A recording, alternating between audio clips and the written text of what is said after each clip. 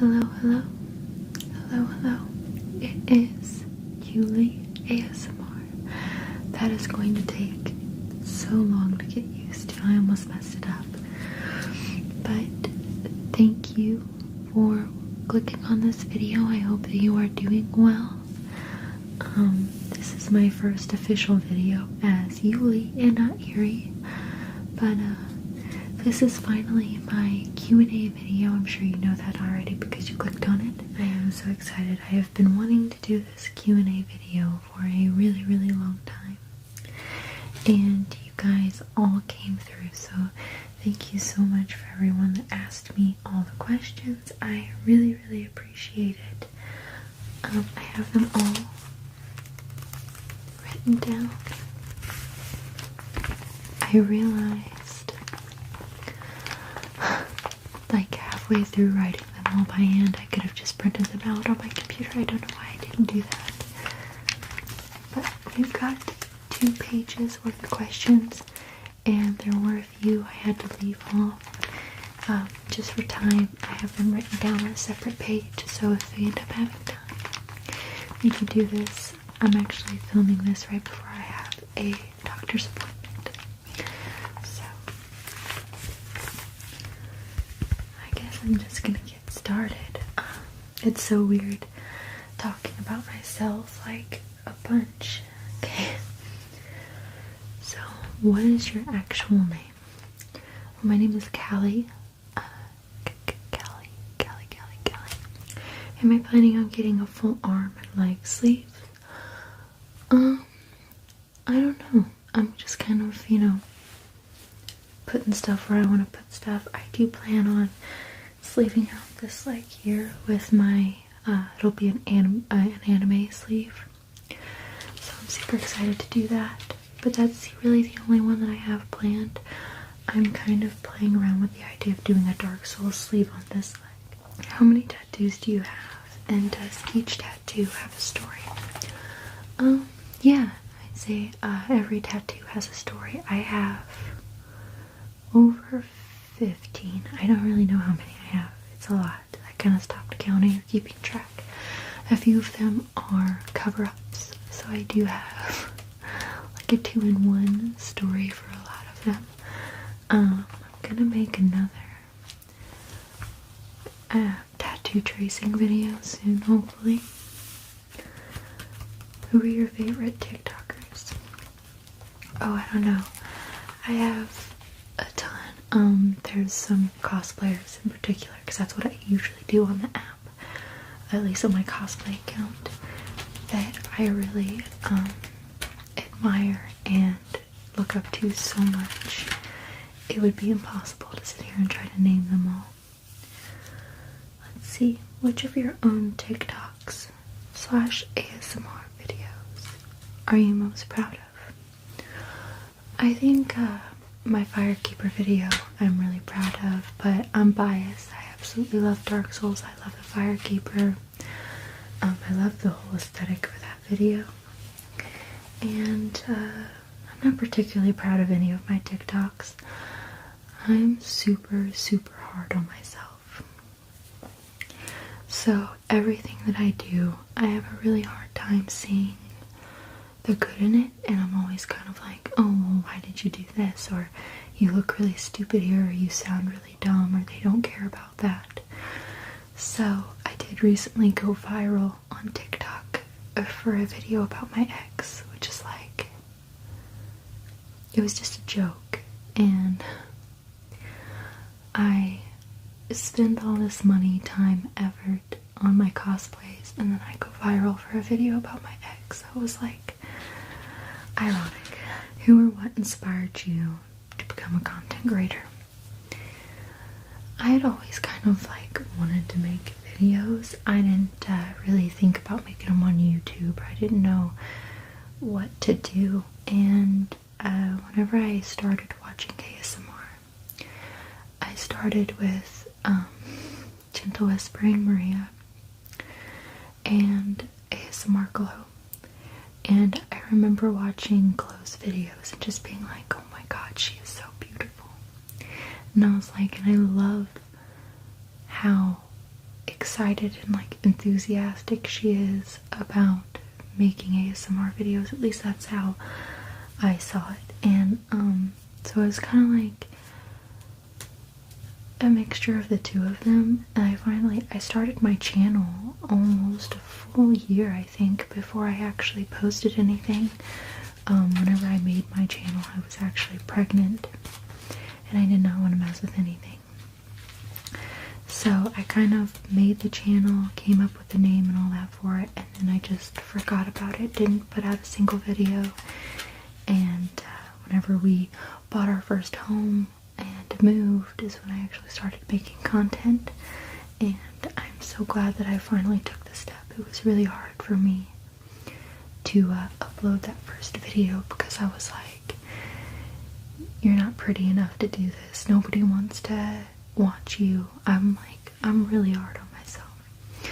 So I think also being a content creator on any platform has really helped me realize that, like, kind of come into myself and my own personality. I'm kind of like, you guys have got to watch me kind of figure myself out. So which ASMR has inspired you the most? ASMR Globe, but especially Maria Gentle Whispering.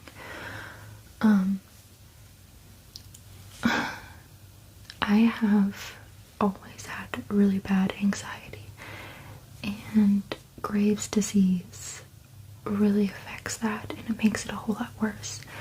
So whenever I was watching ASMR, I was really just kind of hit by the fact that it was helping me as much as it was, and I wanted to help somebody like that, and I wanted to kind of just force myself to, in a fully formed way, embody the kind of aesthetic that comes with ASMR, like a calm, kind of quiet, which I was always a super quiet person, but I really just wanted to kind of force myself into that mold, and it helped me so much just in my general life. So why and when did you start watching ASMR? I started watching ASMR, like 3 years ago, I think, or more. I actually saw a video of Maria on Gentle Whispering on I think it was like Lad Bible or whatever it's called, or like BuzzFeed, and it was kind of an article kind of like poking fun at the fact that people listen to her whisper and she gets paid for it. And I was like, that's really weird. That's like so weird. So just out of like, you know, shock and awe, I kind of clicked on the video and I started watching it, and I was like, this is a strange feeling. And I got tingles from that video, and I was kind of like, which I didn't know it was called tingles. At that time, I had no idea what ASMR even was. And so I kind of like went to her channel and I started exploring a little bit, and I was like, this is so enjoyable. And I just came here to make fun of it. So, what are your favorite kind of videos to make? I really like doing role plays, and I love doing just kind of more up close and like I guess intimate sort of videos, just because it feels a lot more natural to kind of who I am. Like I said, it is really hard for me to get in front of a camera and actually start filming things sometimes. So just kind of doing role plays, for one, it's like stepping in front of the camera but as someone else. So I really, really like that. My favorite triggers. I'd have to say my favorite triggers are personal attention for sure. I absolutely love personal attention, and I like mouth sounds if I'm trying to do stuff. Like, I can't listen to mouth sounds and watch the video usually, but if like I'm playing Sims or a video game, or if I'm reading, I want to listen to mouth sounds in the background, which is weird because I cannot watch mukbang videos. Just something about the sounds that it makes when people are eating it, I can't stand it. But love to make mukbang videos more because I love food. What is your favorite aspect of making videos? And my least favorite? My favorite aspect of it is just kind of starting kind of cold, really, and then just feeling myself kind of come out of my shell as the video goes on. And it's usually towards the end that I really start feeling like loosening up and having fun, and then it ends and I'm like, oh, back to being a potato. My least favorite is hands down editing and export time and upload time. I cannot stand it.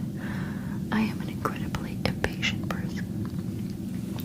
So having to wait for absolutely anything drives me nuts. Do you plan to mix more cosplays into your ASMR content? I do have several on my channel now, or a few I guess. I think I have 3. And then I have like a witch roleplay. I do plan on doing more, especially now that I've combined the 2 channels. Not 2 channels, but 2 platforms, Yuli Cosplay and Yuli ASMR. It just makes a lot of sense to me to kind of start crossing them over more. When did I become interested in cosplay? I've always really admired cosplay and cosplayers and just what they do, and I've liked watching cosplay videos and things like that. Really just kind of my whole life. But I really started getting interested in it this past year because I downloaded the TikTok, and I found myself straying to anime and cosplay TikTok, and I love it. And it was like just chills sometimes when someone would have the perfect cosplay, or it would look so good, or I could tell that they were just so passionate about it. Or seeing some of my favorite characters just kind of come to life, and I was like, okay, I gotta do that. But again, I was like, you're not pretty enough to do this, you're not good at makeup, you're not good at, I mean, any of this stuff. Like, I can't sew to save my life, so. And it was really just kind of like finding it in myself to find the confidence to do this. Let's see. What is my favorite cosplay? Definitely the Firekeeper. I love Dark Souls. I've got my Dark Souls tattoo. It's not the prettiest thing, but it is Dark Souls. And I have always loved or felt super drawn to the Firekeeper. I think most people who play the game can kind of resonate that, because she's kind of like home in the game, and she's like safety, and she levels you up, and so she's a really important aspect of that game. So I knew that I wanted to do a Dark Souls cosplay, and I was looking into doing the Dancer of Puerto Real. I don't know, I'm gonna say it wrong, but the Dancer. And it's gonna bug me if I can't say it right now, but the armor for her, I would have had to have custom made, and oh my god, that is expensive. So worth it, and I'm going to eventually, but I'm like, I cannot justify dropping several grand on a cosplay right now. My dream cosplay was the Firekeeper. Right now I'm working on another one that is gonna take some time because it has to be custom made, and it is Mia from Monster Musume. And I'm so excited to do her as well. I hope I can pull it off. Do I collect anything? I collect coffee cups. Coffee cups.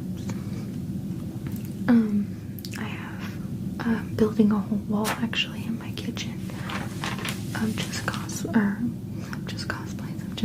cups.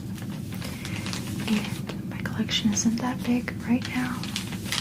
Actually, whenever we moved, I had a whole little box of mugs, and it got dropped and they got broken, and I was devastated.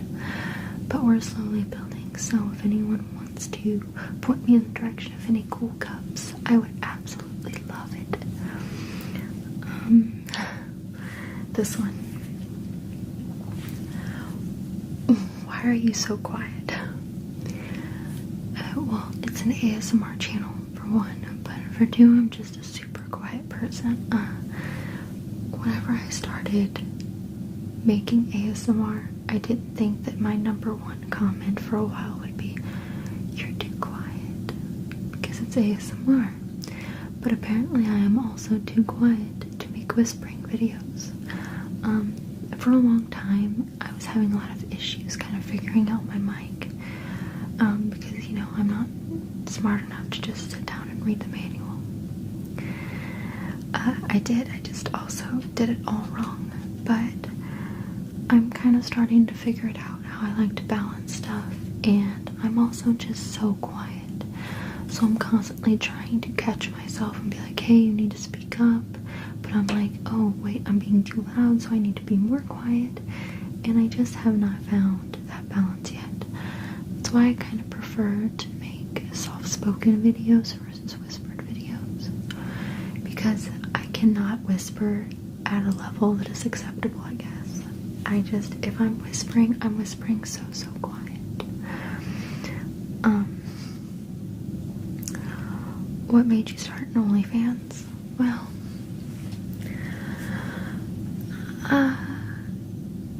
you know, I just kind of wanted to. I've really struggled with my confidence, and I was kind of hoping that OnlyFans would help me kind of feel better about myself, and it really has. And I started it a while after I had started making my TikToks, and I guess I had never really realized how kind of like beautiful I was. And I don't mean to sound conceited, but like I had always had a very negative outlook on myself, and then all of a sudden I'm being swarmed with these remarks and comments about how I was pretty. I would kind of like dawned on me. I'm like, wait, I'm pretty? I was like, I'm pretty enough to do something like that? And I kind of just wanted to start it. And also I like doing lewd cosplays, kind of. But I really just mostly did it as a way to start helping kind of build my confidence. This past year, I've really come into myself a lot, and I've kind of finally figured out who I am and who I want to be and what I want to display. And I'm just so happy that I finally feel so comfortable in my own skin, and that I am very happy with myself. So there's that. How did I find out that I had Graves' disease? So several months ago now, I had started having these spells where I would spike a fever, and I would start shaking uncontrollably for hours, and my heart would race, and it would start having palpitations. And at first I thought that I had just been overdoing it on caffeine, so I cut the caffeine back, but then they just kept happening. And I can't explain to you how awful that was, being completely out of control with your own body. Every day I was walking around and I was so anxious. I was having panic attacks, just 24/7, triggered by absolutely nothing.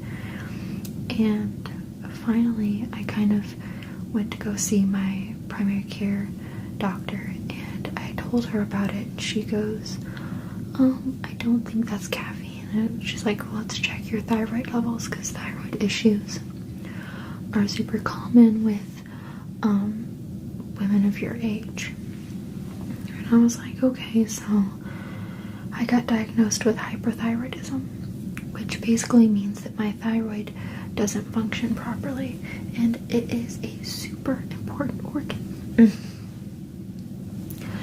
So basically what it does is send out tons and tons of hormones that my body can't cope with and can't handle.